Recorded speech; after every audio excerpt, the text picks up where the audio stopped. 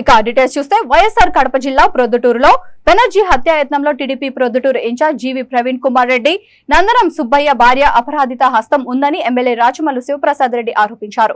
ఈ సందర్భంగా ఆయన మున్సిపల్ కార్యాలయం చైర్మన్ చాంబర్ నందు విలేకరుల సమావేశంలో మాట్లాడుతూ బెనర్జీ హత్యాయత్నానికి సంబంధించి అతని గాయాల తీవ్రతను ఫోటోల రూపంలో పాత్రికేయులకు చూపించారు. టీడీపీ నాయకులు విలేకరుల సమావేశంలో బెనర్జీకి తగిలినవి చిన్నపాటి గాయాలని చెప్పడం హాస్యాస్పదంగా ఉందని అన్నారు. హైదరాబాద్ లో దాదాపు 8 గంటల 30 నిమిషాలు బెనర్జీ తలకు తగిలిన గాయానికి ఆపరేషన్ చేశారని, ఇది ఉద్దేశపూర్వకంగానే గతంలో ఉన్న పాత కక్షల కారణంగా హత్యాయత్న ప్రయత్నం జరిగినట్లు ఆయన తెలిపారు. బెనర్జీ హత్యాయత్నం కేసులో నిందితులైన భరత్, రామ్మోహన్ రెడ్డిలను పోలీసులు అరెస్ట్ చేయాలని రాచమల్లు డిమాండ్ చేశారు.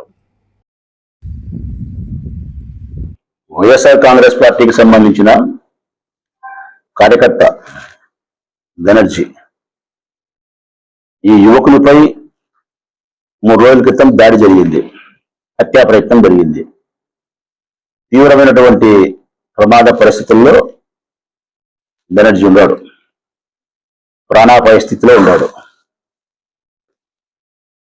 ఈ ఊరంతా చూసినారు, యూట్యూబ్లలో హల్చల్ చేసింది, చిత్రీకరించినారు, అక్కడ ఉండేవారు అందరు చూస్తున్నారు.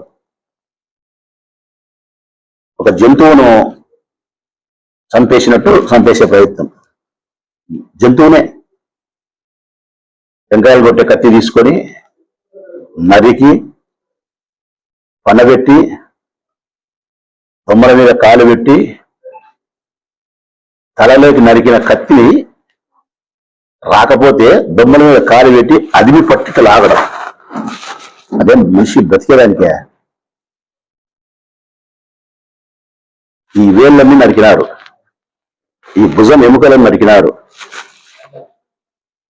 ఇంత పైశాచికంగా రాక్షసత్వంగా మనిషిని నరికితే నడిబజార్లో తీస్తే ఫోటోలు వీడియోలు నిన్న ప్రెస్ ముందుకు వచ్చి తెలుగుదేశం పార్టీ వాళ్ళు వరదరాజిరెడ్డి, రాజేశ్వర రెడ్డి అందరూ అసలు వాళ్ళు ఏ ముఖం పెట్టుకొని వాళ్ళు సమర్థిస్తున్నారో తెలుగుదేశం పార్టీ నాకు అర్థమే కాదు. మన హెల్త్ కండిషన్ సంబంధించి వాళ్ళు ఎక్కడెక్కడ ఏమని ఇచ్చినాడు డాక్టర్ ఇచ్చినది యశోద హాస్పిటల్లో. ఏమి ఇచ్చినాడు ఆయన? బ్రెయిన్ డ్యామేజ్ అయిందని ఇచ్చినాడు.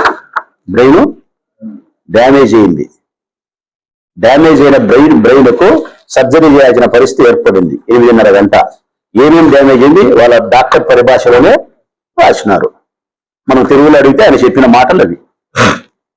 తర్వాత ఎముకలు ఎదిగినాయి, ఎముకలు అవి సర్జరీ.